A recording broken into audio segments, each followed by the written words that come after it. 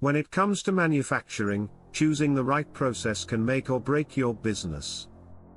Make-to-order production minimizes waste and maximizes customization, yet it faces challenges with lead times and costs.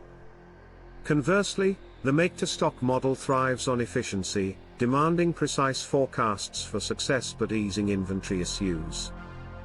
Understanding customer needs and production quality will determine the success of your make-to-order strategy. Imagine a world where you produce only what you sell.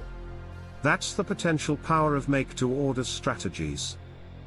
However, make-to-stock allows businesses to fulfill orders faster and tap into economies of scale for better pricing. Ultimately, whether you choose MTO or MTS, leveraging manufacturing software can enhance tracking and operational efficiency.